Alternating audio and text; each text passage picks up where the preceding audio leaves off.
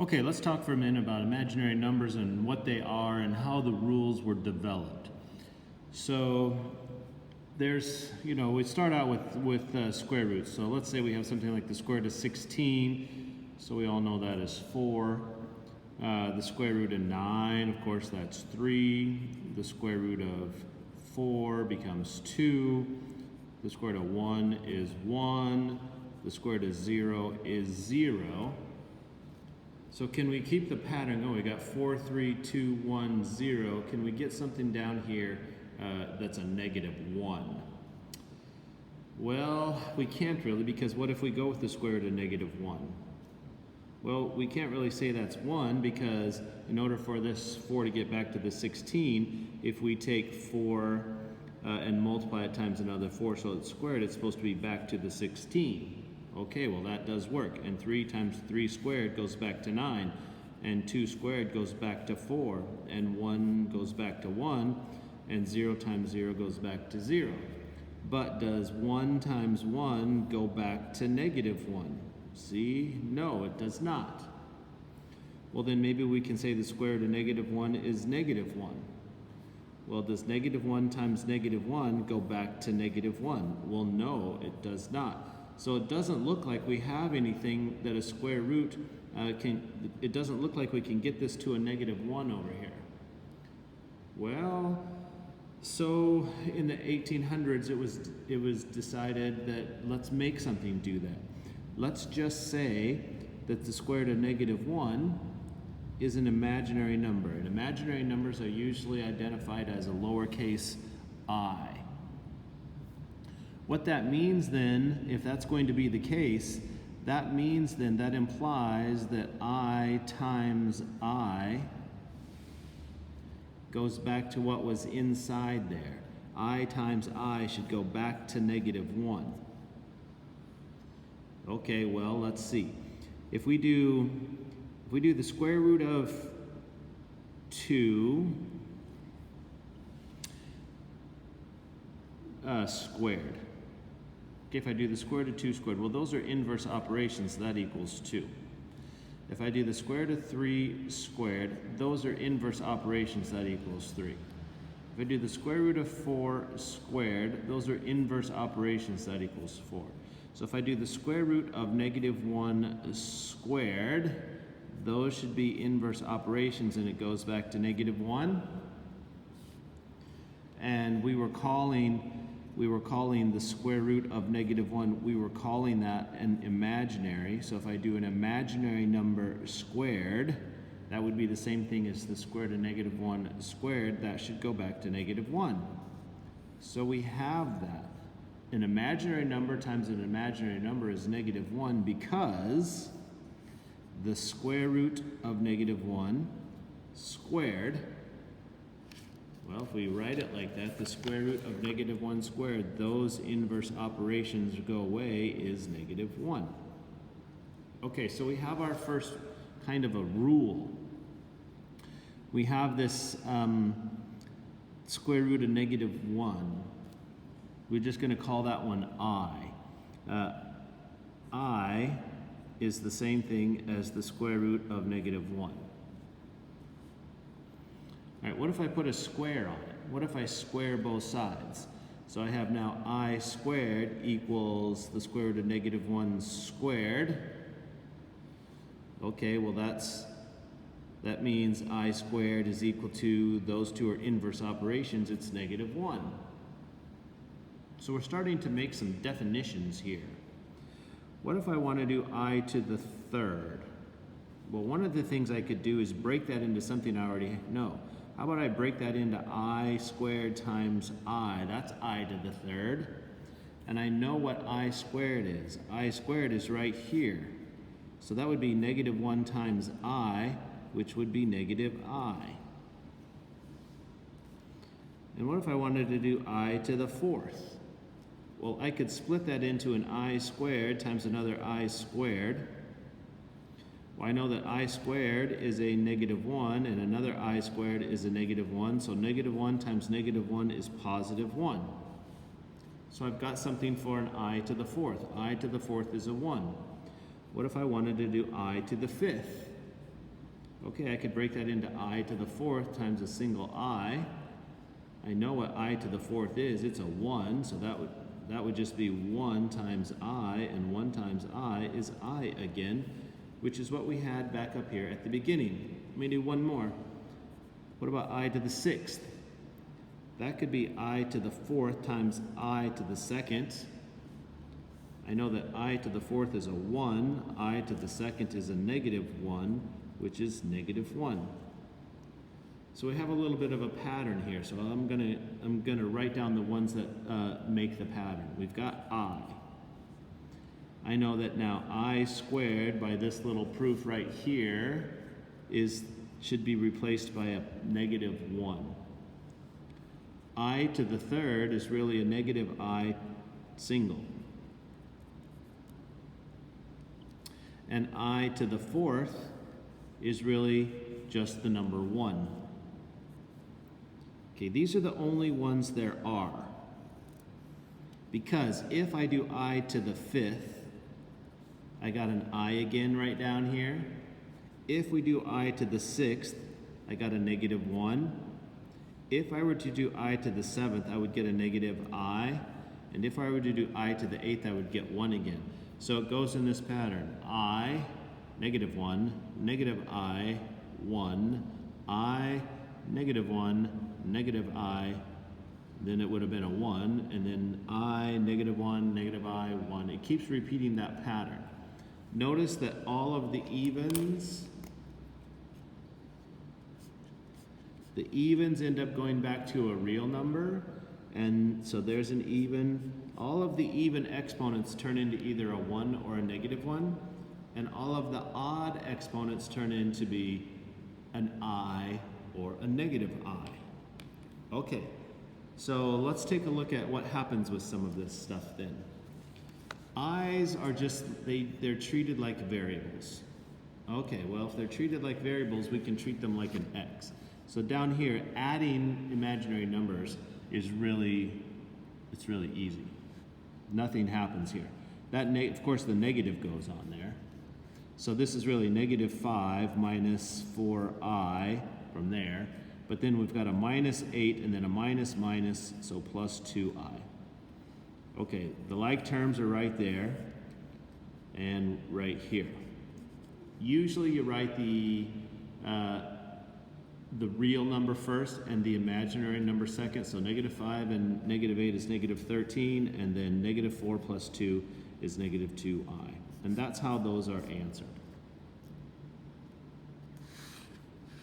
So just don't forget the negatives, and these additions are real easy. So here we have -4 plus 7. Now negative makes it plus 1, and negative I makes it plus I. So those three will go together to become 4 plus I.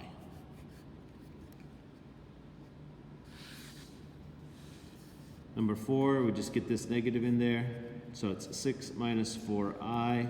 Minus makes it plus 1, and then minus 3i.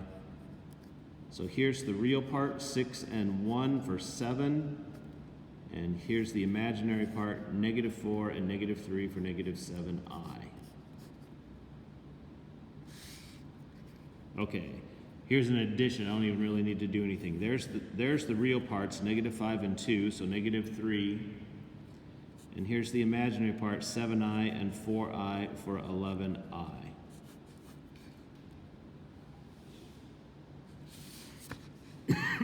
Okay, number 6.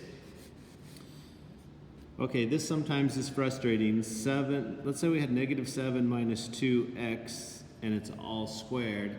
Sometimes people do this. -7 squared is 49 and -2 squared is plus 4x squared, and call it good. Okay, that is not legal. You cannot square into an addition like that. Really what this means is -7 minus 2i times another -7 minus 2i.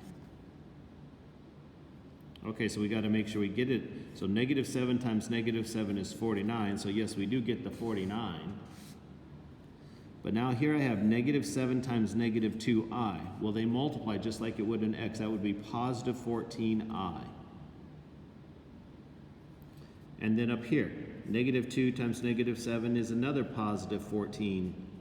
And now negative 2 times negative 2 would be positive 4, and I times I is I squared.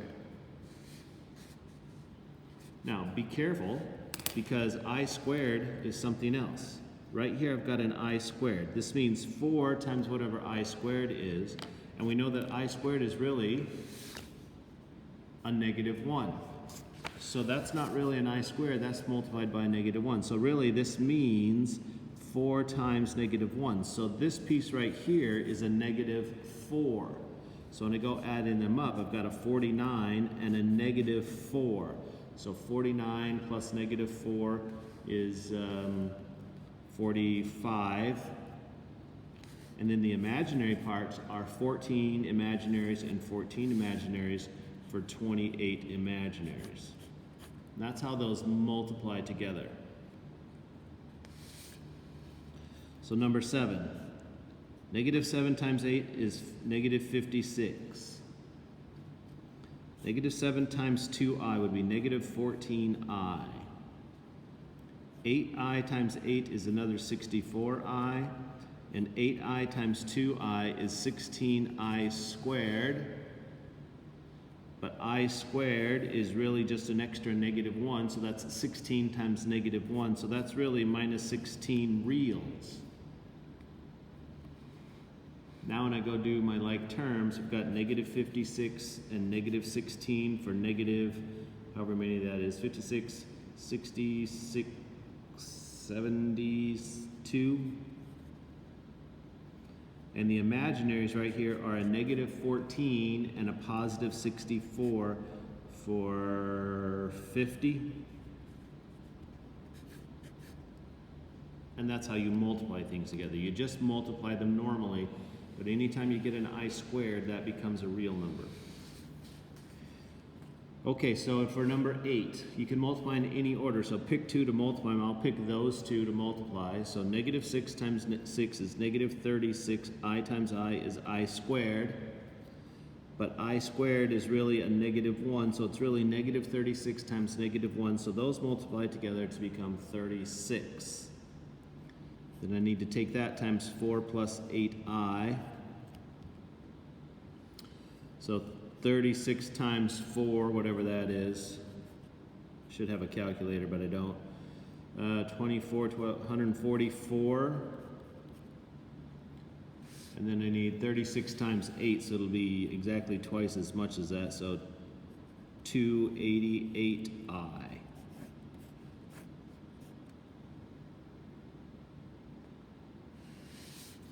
So here's another square. So really that's negative 4 plus I times another negative 4 plus I. Negative 4 times negative 4 is 16. Negative 4 times I is negative 4i. I times negative 4 is negative 4i. And I times I is I squared. But I squared is really a negative 1. So my real parts are 16 and negative 1. So 16 and negative 1 is 15. And the imaginary parts, negative 4 and negative 4 is negative 8 imaginaries.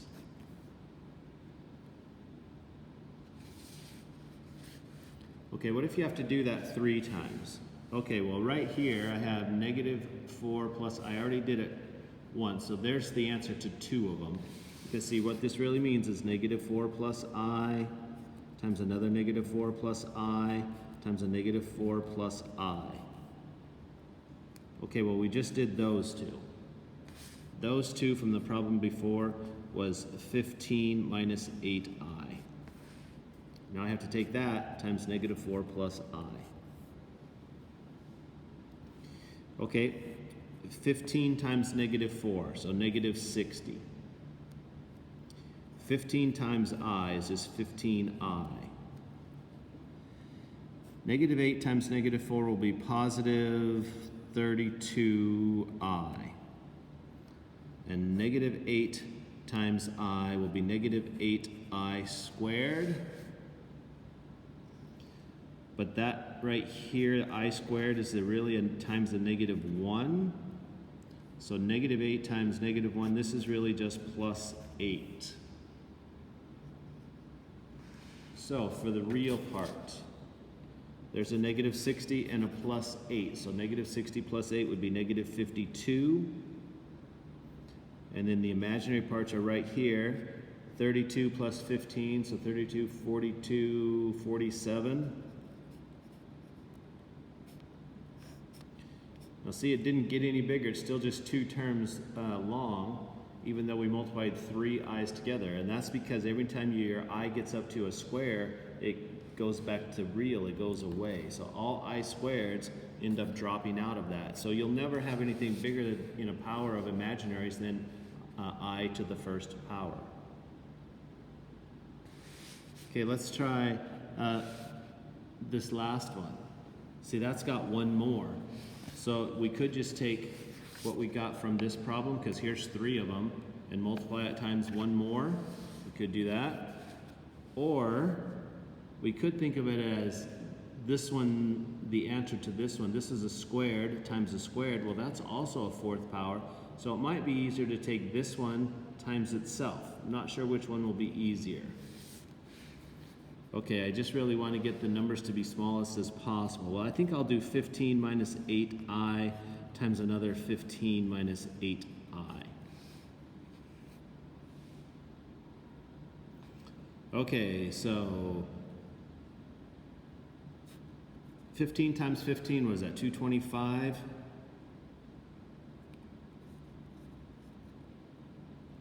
15 times 8 is 120. So here's another 120. 8 times 15 is another 120i. And 8 times 8 is plus 64i squared. But I squared, that really just means 64 times negative 1. So all that becomes a minus 64. So I have 225 minus 64. So I have 161 for the real part, and then the imaginary part is negative 240i.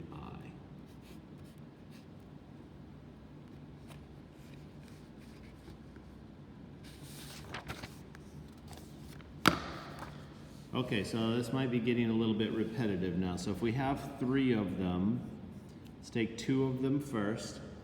So here's 1 times negative 5. 1 times negative 2, negative I times negative 5, that will be positive 5i, and negative I times negative 2i will be positive 2i squared. Well, that I squared is really just an extra negative, so it makes it all a negative 2, so the real parts are negative 5 plus negative 2, so we have negative 7, and then these parts are plus 3i. There's the first 2. Now I'm going to take this last piece and multiply it in. So negative 3 plus 2i. Negative 7 times negative 3 is 21. Negative 7 times 2 is negative 14i. 3 times negative 3 will be negative 9i. And 3 times 2 is 6i squared.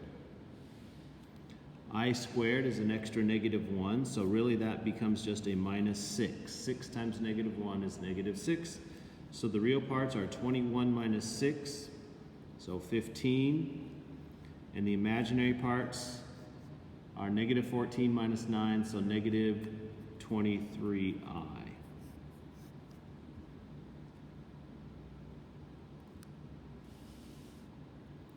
Okay, 13's the same thing, starting to feel repetitive here. Okay, so I'm just going to go pretty quickly. Negative 4 times 8 is negative 32. Negative 4 times 4 is negative 16 imaginaries. Negative 8 times 8 will be negative 64 imaginaries, and negative 8 times 4 will be negative 32, and then I times I is I squared. So really that extra I squared throws in an extra negative, so that's really plus 32. So the real parts are negative 32 plus 32, so that's 0. And then the imaginary parts are 64, negative 64 and negative 16, so negative 80. And that's all there is. You don't have to put the 0 in front of that. Now, it doesn't matter which one of these you do first. I think I might go for the harder part first and then just multiply in the extra negative 4i. So 3 times 4 is 12. 3 times 4i is 12i. 7i times 4 is 28i. And 7i times 4i is 28i squared. The I squared is an extra negative 1, so that's really negative 28. So I've got 12 and negative 28 for negative 16. And then the imaginary parts are 40. Okay, I still have this piece up here to multiply in, so I'll multiply in a negative 4i now. So negative 4i times 16 will be positive 64i. And negative 4 times 40 will be negative 160i squared. But that I squared is an extra negative, so it just makes that plus 160. So you usually put the real number first, so 160 plus an extra 64i.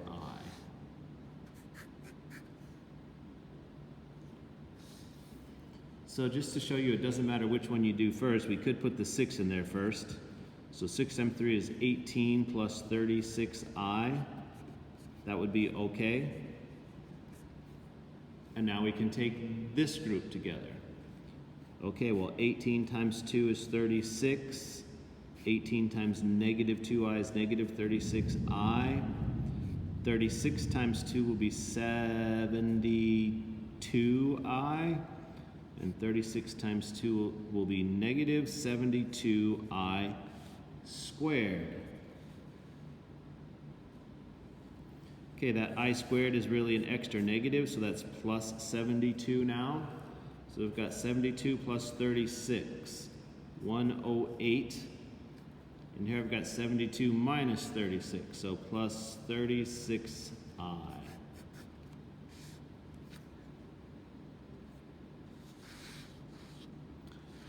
816. Okay, pick any two you want to go in there first. I guess I'll just pick the first two. Negative 8, negative 5 is positive 40. Negative 8, 7i is positive 56i. Negative I times negative 5 is plus 5i.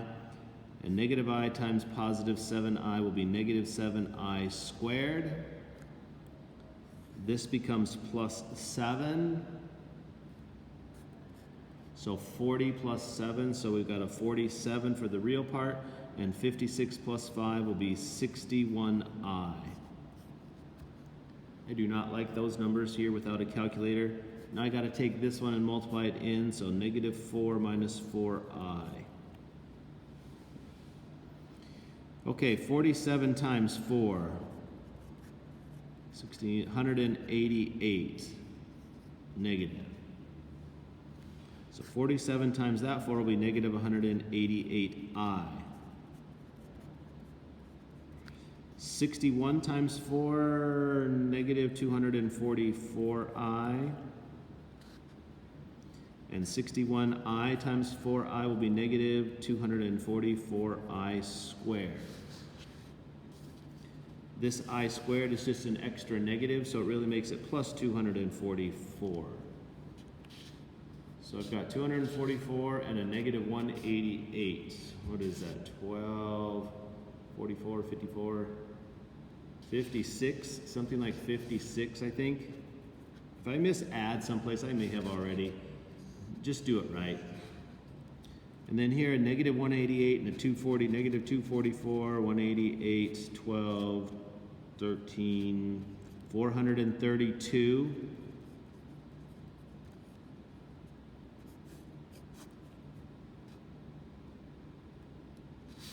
All right, if you're going to mix them, it's just the same as you have to do multiplication before addition. So we have to put these together first and then these together and then add them, the parts. I think I'll take these two first. Negative 3 times negative 2 is positive 6i squared, but an I squared is an extra negative, so that just becomes negative 6 times negative 6 plus 7i. So just multiply this piece in. So negative 6 times negative 6, 36. Negative 6 times 7i, negative 42i. There's that piece. This piece, okay, 4 times 6 is 24. 4 times I, 4i. 5i times 6 is 30i, and 5i times I will be a plus 5i squared. That's just an extra negative, so minus 5. So the real parts over here are 24 minus 5, so that's a plus 19, and 30 plus 4 plus 34i. Okay, now let's put it all together. So the real part's 36 plus 19, 36, 46, 56, so 55 reals, 42 negative, and 34 positive is negative 8. So order of operations still is in play. 18, negative 3 times 2 is negative 6. Negative 3 times 5 is negative 15i. Negative 4 times 2 is negative 8i, and negative 4 times 5 is negative 20i squared, which makes that a positive 20. So negative 6 plus 20 is 14. Those go together to be negative 23i. This piece is negative 5 plus 6i. Now you could go ahead and put it in there and multiply it all out. But the shortcut for these is it's always the first term squared. So it's the negative 5 squared. It's the last term squared. So plus 36i squared. Then it's multiply them together and double it. So negative 5 times 6, so that's negative 30i doubled. That's the shortcut. So this piece has got an extra negative on it, so it becomes minus 36. So negative 36 and 25 would be negative 11 minus 60i. And it looks like up at the very beginning we wanted to add those together. So we've got 14 and negative 11, so 3. And then I've got negative 23 and negative 60 for negative 83i.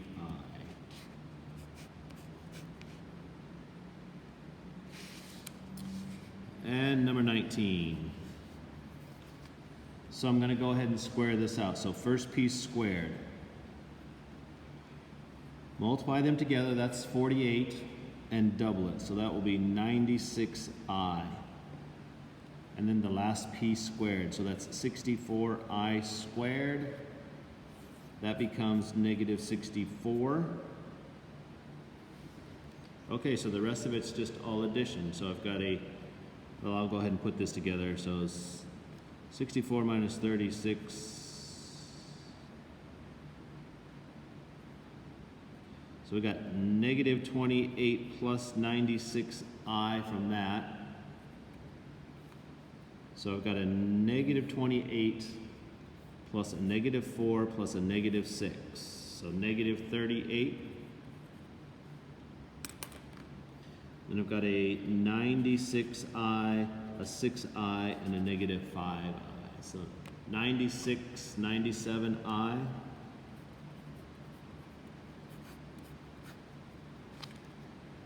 And there we have it. Pretty straightforward.